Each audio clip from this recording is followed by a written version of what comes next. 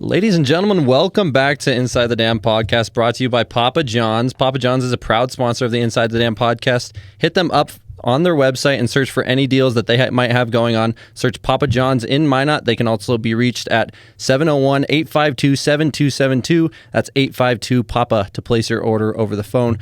Big thanks to Papa John's for sponsoring this podcast. My name is Dalton Davis. Welcome back to Inside the Dam. We have a great show for you tonight. 3 athletes will be joining us. We got 2 track runners that are fresh off competition and a baseball player later in the show. My name is Dalton Davis. You will also be hearing from Cole later in the show as well. So, but we're going to get right into our first interview. We are joined with DeAndre Cornwall, a junior sprinter and hurdler on the Minot State track team. DeAndre, how are you doing? I'm good. How are you? I am fantastic. Thank you for joining us tonight. First of all, you are fresh off competition at USD, right? Vermilion? Yes, I am. How did this last weekend go for you? So I had my season opener in the 100-meter hurdles. I had a big PR this weekend. Wasn't the cleanest race, but you know, I went out there and I did what I had to do. You had a PR, but it's not the cleanest race? No. How was it not the cleanest race? Okay, so we have to go over 10 hurdles, and at hurdle 7, I hit it, and I had to catch back myself and finish the race. So I ended up with 14.6, and I was on like 14.3 pace. Really? Yes. Okay, so my sheet says that you're number 2 all time in the Minot State hurdles.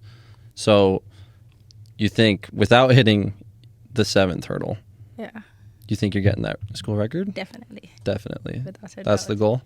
That's the goal. All right. If you get that goal, you will be qualified for nationals? Yes. For the 100-meter hurdles, to qualify for nationals, I'll have to go 14.2.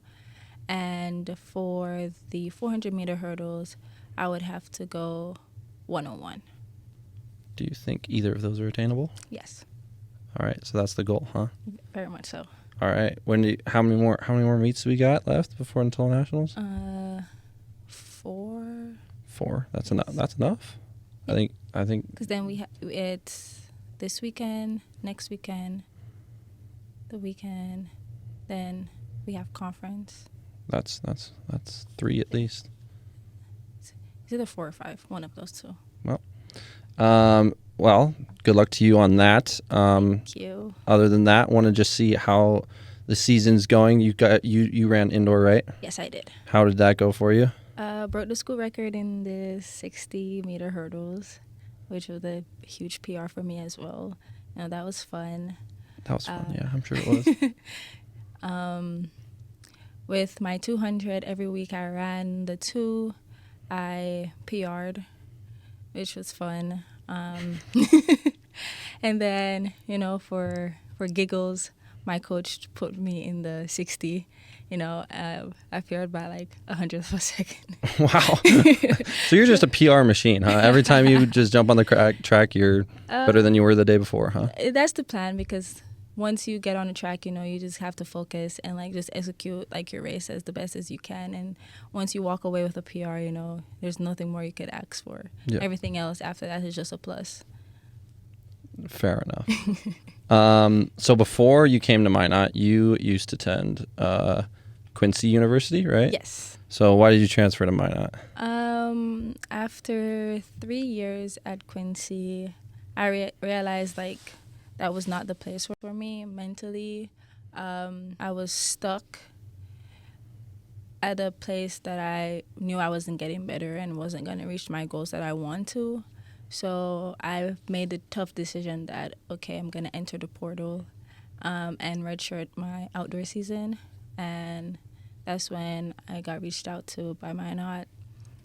Looked at all the pros and cons. Great hurdle coach, a new program, you know. Con is I'm far away from home. Yeah. But you got to sacrifice a lot to just get to your goals that you want. Mm-hmm. So Is this your first year at Minot then? yes. So I know that the coach has left since then. How has that transition been for you since? Even though the coach that brought me here left, the coach that took over our program and running our sprint side is an amazing coach, and he's doing wonders for our team, and I believe in him. The team believes in him, and I'm so excited to see what all of us do for the rest of the outdoor season. Yeah, well, good. Other than that, what do you get away from the track side? What are you here for, Minot? What are you majoring in? I'm majoring in psychology. Psychology? Yes. Do you like psychology? Yes. What do you plan on doing with that degree? My big one is to become a sports psychologist. Oh. So that would be fun. I love sports, like watching sports with my family. So it was like, I like psychology, I love sports. What's one way I could do both for the rest of my life? Mm-hmm. And I chose to do sports psychology. So. Yeah. Wow. Has your family been able to watch any of your races since coming to Minot? Yes, they have. If I don't ask my teammates to record my race and I send it to them in the family group chat, or when for conference, I just send them the link and they watch and support. You're hoping that you think if you make it to nationals, they'll be coming to nationals with you? Oh, definitely. If they can, they will. Yeah, that's good. I love the family support. Where are you from, I guess? We haven't gone over that. So I was born and raised in Jamaica for 18 years. Oh, wow. And then in 2019, I moved to Florida. Was there for a year. Your family moved to Florida or yes. just you? Okay. No, me and my family. We migrated, moved to Florida for a year, and then I went off to college. Wow. So you went in Illinois. You went to university in Illinois. And then now I'm in a university in North Dakota. Yeah. I guess distance was already a struggle. Is it tough being far away from the family? Yes, it is, because then a lot of milestones happen and you're just not around for it. But being away from home is how I achieve my goals, So it's a tough pill to swallow, but at the end of the day, you just got to do what you got to do. Yeah. Well, are you happy with Minot? You happy yes, so far? Besides from it being cold, Always been cold. Yeah, well, at least we got... Illinois cold and North Dakota cold is two different colds. Two different colds? Yeah. And Florida cold and Jamaica cold? Oh, Florida cold and Jamaica cold is not cold. That's okay, I'll put on a little sweatshirt and walk outside and I'll be okay. Yeah. But here you got to put on 35 different layers. Still be cold. So. Has that affected your racing at all? For indoor, no, because that's when it was the coldest up right. here. So we're inside, so it didn't affect anything. Outdoor, it does a little, but not a lot, because you could always warm up. You could always wear layers. Well, not much, but a little bit of layers to run in. This weekend, it was cold and windy, so that was something new to navigate around. So you have to deal with the Dakota winds. Yeah. That's something you haven't dealt with yet? No. I didn't struggle to stand up for the first time in my life until this weekend. Really? Yes. Wow. That's how bad the wind was, navigating to run 400 hurdles in the wind was a new struggle for me too. So it's all just like a learning game, just being out here in North Dakota. Yeah, I can imagine. Well, at least you survived. You also PR'd, so I don't know if the win is a good thing or a bad thing, but any goals for the rest of the season, just looking out to the season and next year? Next year, definitely making my mark on the collegiate scene. It's my first year in Minot. I've already broken one school record. Let's see if I could go 3. Maybe go to nationals, but definitely next year my biggest goal is to become an All-American. Even if I could even become a national champ, that would be good. I think so. Yeah. Strive for the stars and fall in the clouds. Yeah. Type of mentality. So. Good motto to go by. Well, thank you for joining us. That about wraps up this segment. DeAndre, thank you. You have You're been welcome. A pleasure. Thank you for having me today. We're going to take a quick break, and Cole's going to be back with Paulette Dominguez, another track runner for our Minot State women's team. And welcome back into the Inside the Dam podcast, ladies and gentlemen. This is episode 18 on the second season of the show. It's been a long time, been going on a long, good run here with a good partnership between Minot State University Athletics and KMSU TV and Radio. I am your second co-host of the day, Cole Clementich. Finally back on the microphone here, back on the host side of things, and we're glad to be joined by another fantastic student athlete joining us here tonight. Before we get into some more of that, we just want to remind you, Papa John's is the proud sponsor of the Inside the Dam podcast, the premier sponsor. Hit them up on their website, search for any deals they may have going on, search Papa John's in Minot. They can also be reached at 701-852-7272, or for the acronym, that's 852-PAPA to place an order over the phone. A big thanks to Papa John's and Admir, of course, for getting all of that set up. On Eclipse Day, it's been a wild one here. I'm sure all of you guys have had some fun with the viewing parties, and we're going to ask our second guest here, a junior distance runner from California, Paulette Dominguez. Paulette, thanks for being on the program today. I got to ask first off, did you get to take part in some of those viewing parties? Yes, I did. Right after class, we went over to get the glasses, and then we looked at it for a bit of time. But a little prior to that, I was a little anxious throughout the day because, everything I've been seeing on TikTok saying, how something bad will happen with the eclipse, but nothing happened. It's just social media. Yeah, it's sometimes they do it for clicks, or they just end up fear-mongering. Just, come on. I get where you're coming at, though. I've kind of seen some of the same things there.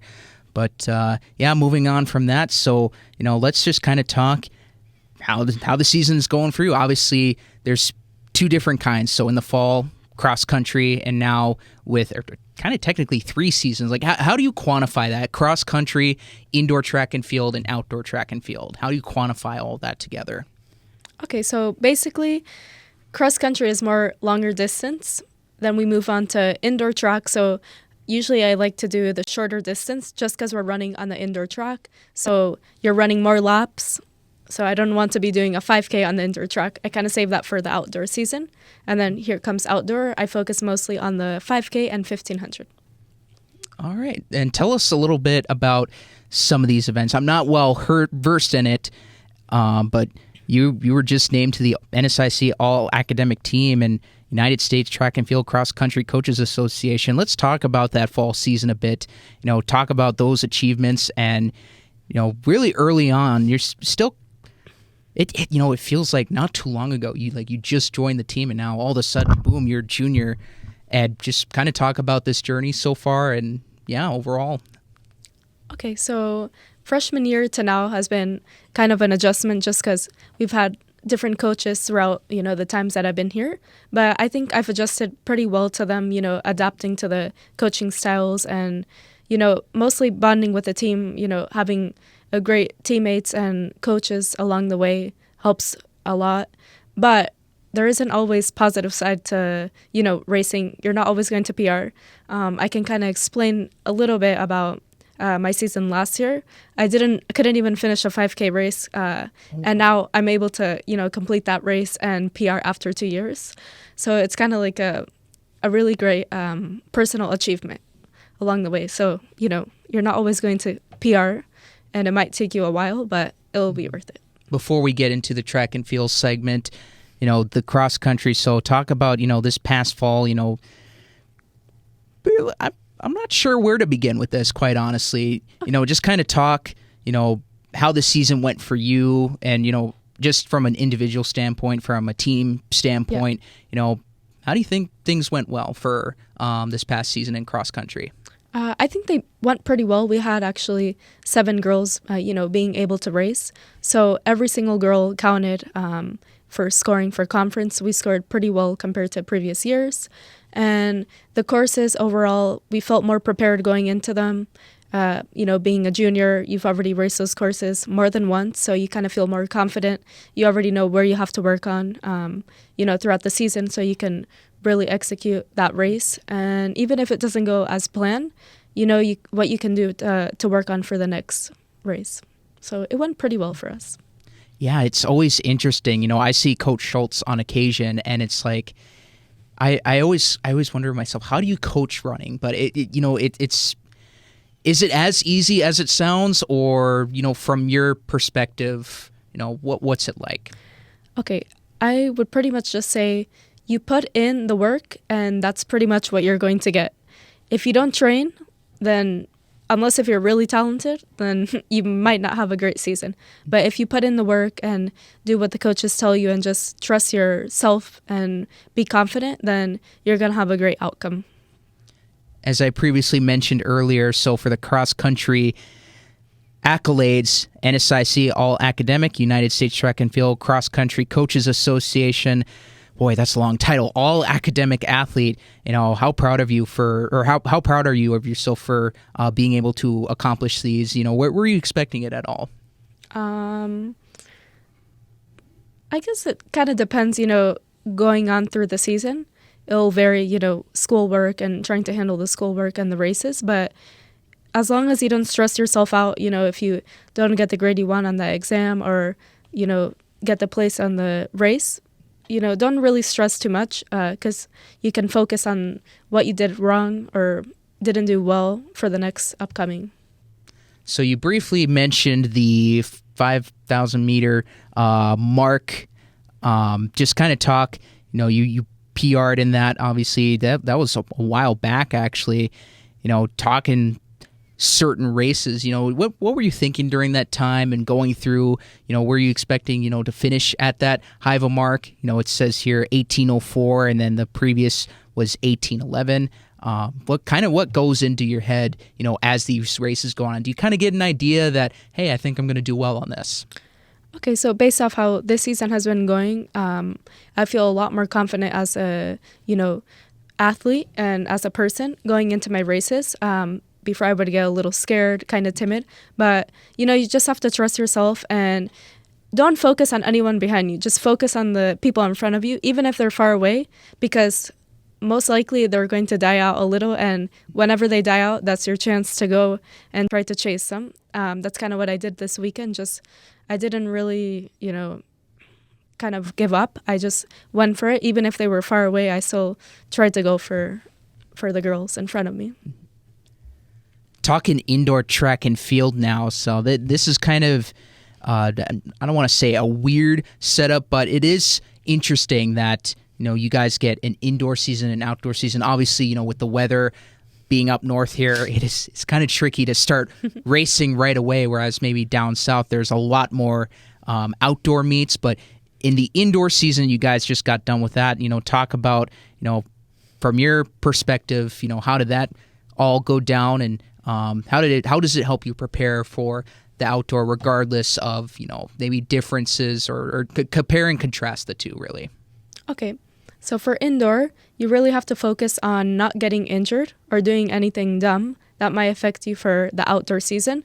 So this can be taking care of your body, sleeping well, staying on top of your homework, because if you don't stay on top of that, then outdoor is going to come and finals are going to come sooner. So kind of just staying on top of everything and really try to focus on your events and staying healthy, and don't stress too much because you have outdoor. So, don't let one bad race in indoor get to your head and, bring your confidence down. So just basically kind of keep your body healthy and mind healthy for the outdoor.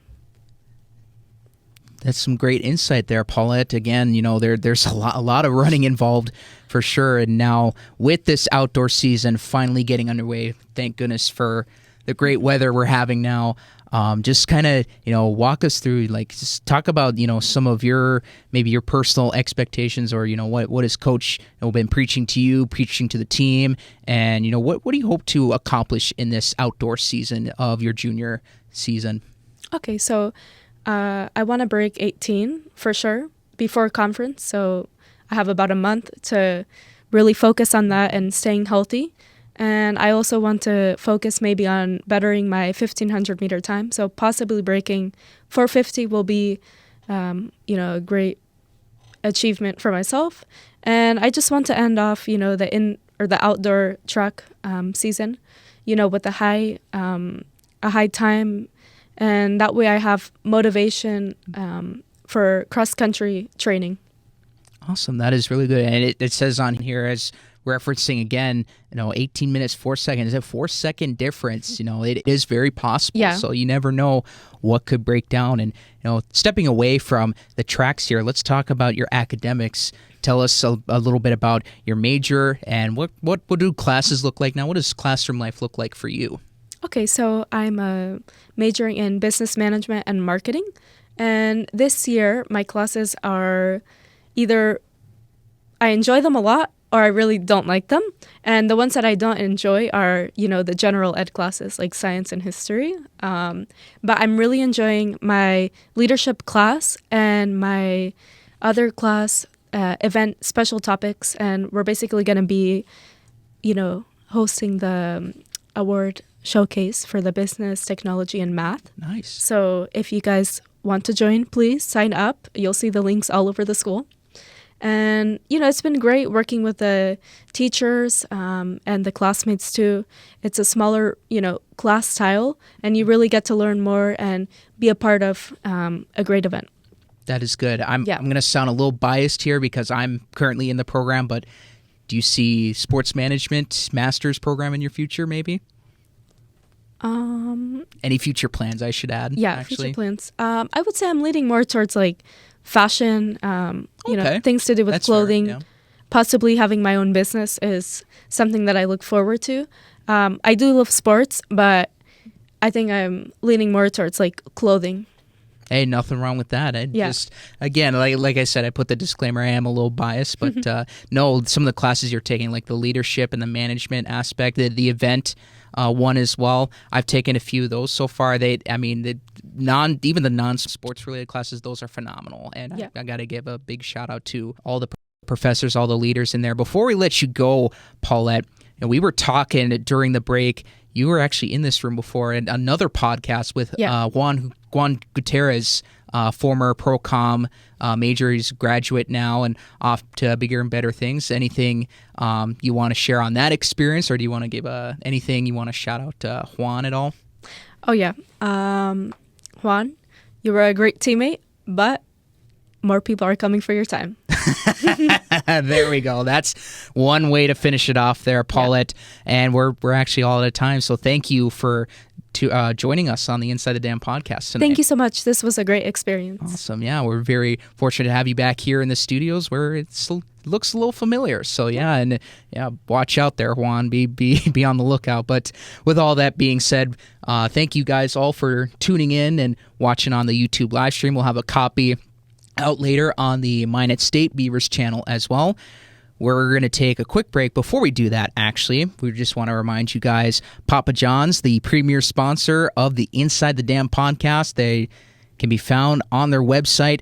Search for any deals. They're most likely going to have some sort of deal. They're always gracious to feed the Minot State students, so be sure to look them up. You can also call them at 701-852-7272. That's 852 PAPA for the acronym. That's how you can place an order over the phone. Thanks to Admir and Papa John's for being gracious to the Inside the Dam podcast.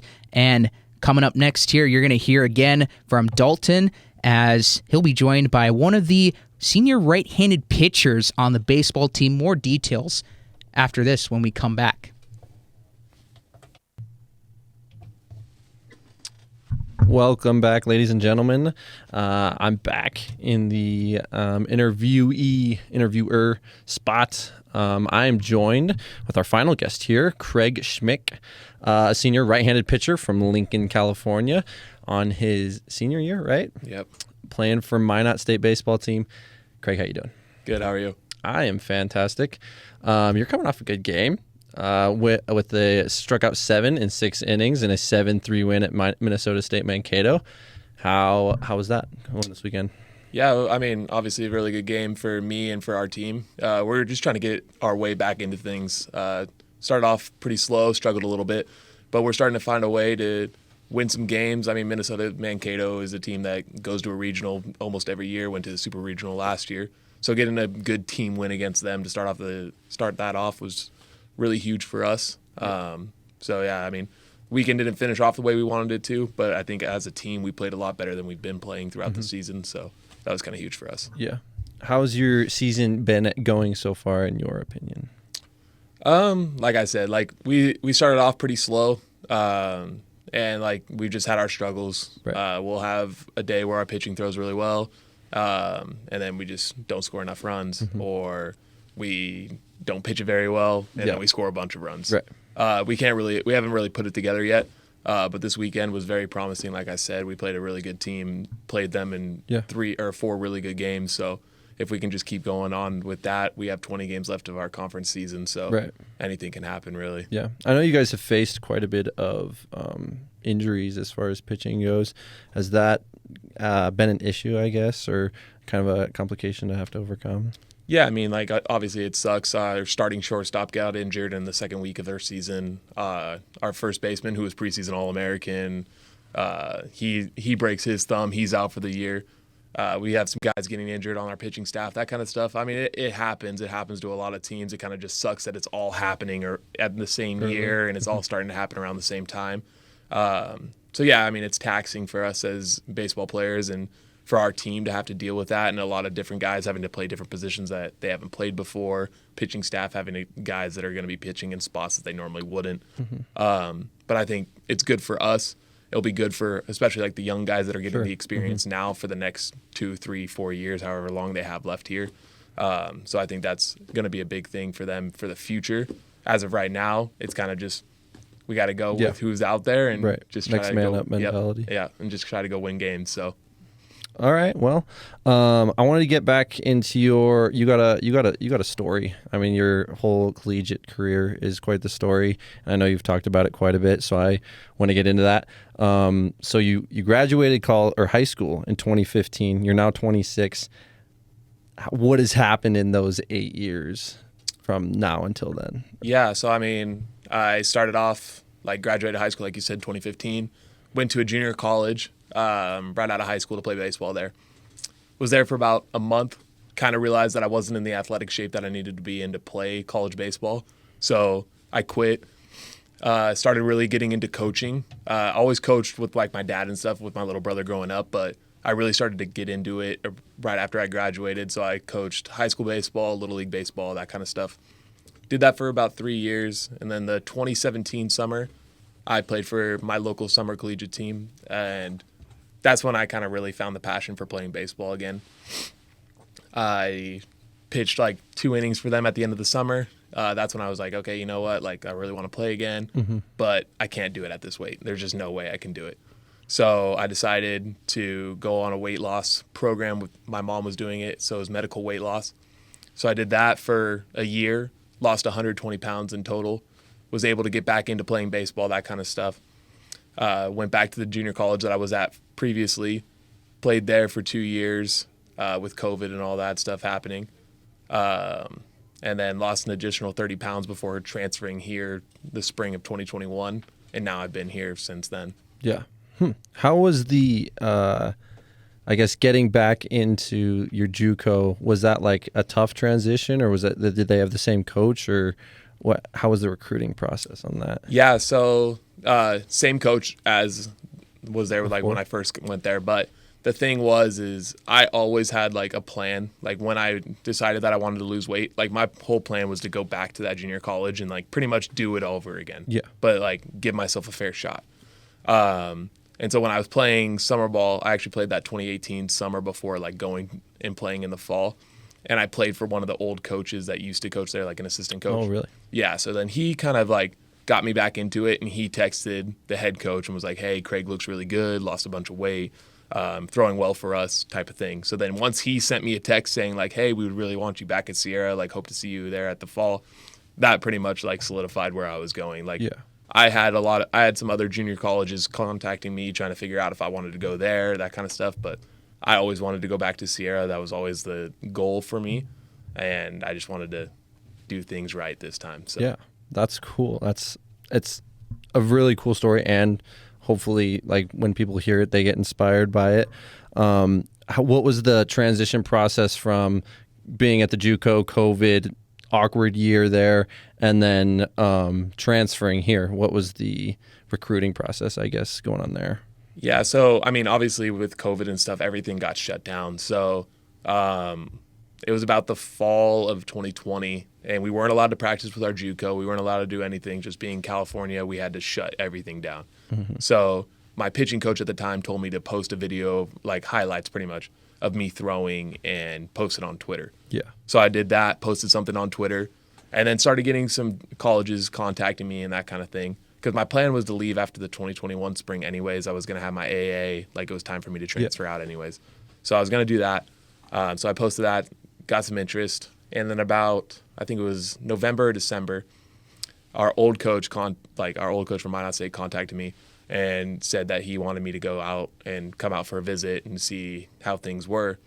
And, I had no idea where Minot State was. Didn't know that it was in North Dakota. Naturally. Had no idea. Came out here on a visit, and it kind of fooled me because I was here end of December, so it should be cold. It was about 40 degrees, no Really? wind, sunny. Oh man. Yeah. Got you at the right time. Yeah, so they got me, and I was like, I really liked it here. I like the coaches. I like the campus. I like the small town feel of it.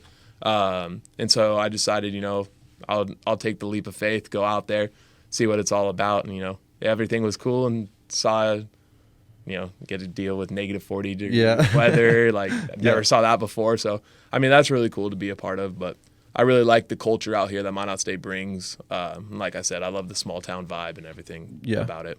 How has, I guess, the transition into so at first you were a reliever for your first 2 years under your old coach. Get a new coach. He wants to put you at starter. How has that transition been for you? Yeah, it's been a pretty good transition for me. I think I've always wanted to be a starter here. That's always been my goal. In like the first year, obviously I came in mid-year transfer, so get whatever innings they want to give me type of thing. And then the next year, our coach was like, hey, I want you to be the closer for this year, which I was like, I've never done that before. Like, that sounds cool. Like, I'm kind of into it. But then after that, like before he decided that he was going to go take another job, my exit meeting before leaving for that summer, I was like, hey, coach, like, I really want a fair shot at being a starter. Like, that's always been my goal. I want to be a starter.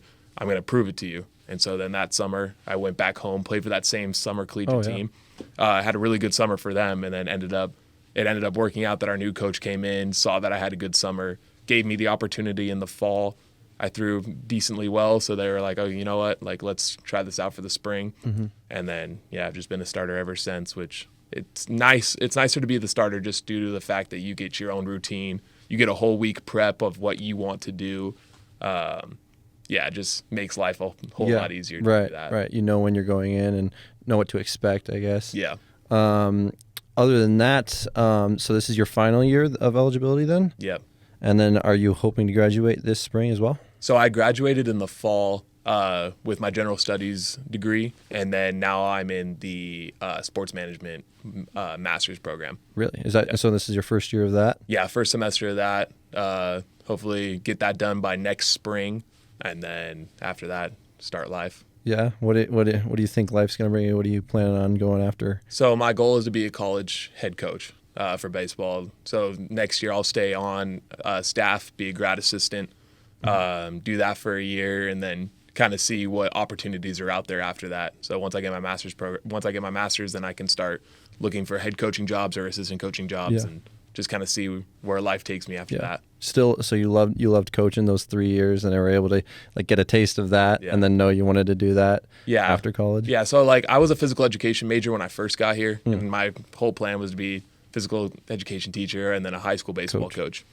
But after like a couple of years, I kind of realized that I didn't really want to be in the high school coaching. I wanted to kind of go and do college, and I found a lot of the passion for it. And then my head coach now kind of just told me like, hey, you can go get your general studies. You can graduate a semester early. Like, then you can start your master's, and everything just starts a little bit earlier for you. And I was like, you know what? Like, that's what I want to do. I might as well just do that now. Looked like a great opportunity. That's great that your coach was able to bring that up to you. And so you're going to help coach next year, and then hopefully that leads you into opportunities afterwards, huh? Yep, that's the goal. Wow. Cool.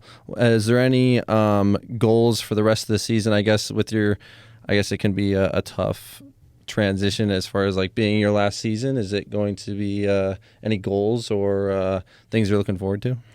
I think the goal for me is just have fun. Like I said, we have 20 conference games left. We're going to battle and try to make it to the conference tournament. And then after that, it's kind of just you never know once you get into a tournament type feel like that. You never know what's going to happen. Anybody can beat anybody on any given day. So I think that's kind of just my goal, is just to have fun with these last 20 games, try to make the tournament and just make it last a little bit longer with my teammates. Been here for 4 years, a lot of guys that I've been here with since the start. And just kind of have one last ride with them and then see what happens after that. Enjoy it. Yeah. Well, good for you. Congratulations on just how this year's going. Good luck to you with the rest of the season. We will be cheering for you. With that being said, it's about time to wrap this episode up. Thank you for everyone for joining. A huge shout out once again to Papa John's for being our sponsor. You can hit them up at 701-852-7272. That's 852-PAPA to place an order. And we'll be back next Monday night for another episode of Inside the Dam. Until then, we will see you later. Thank you.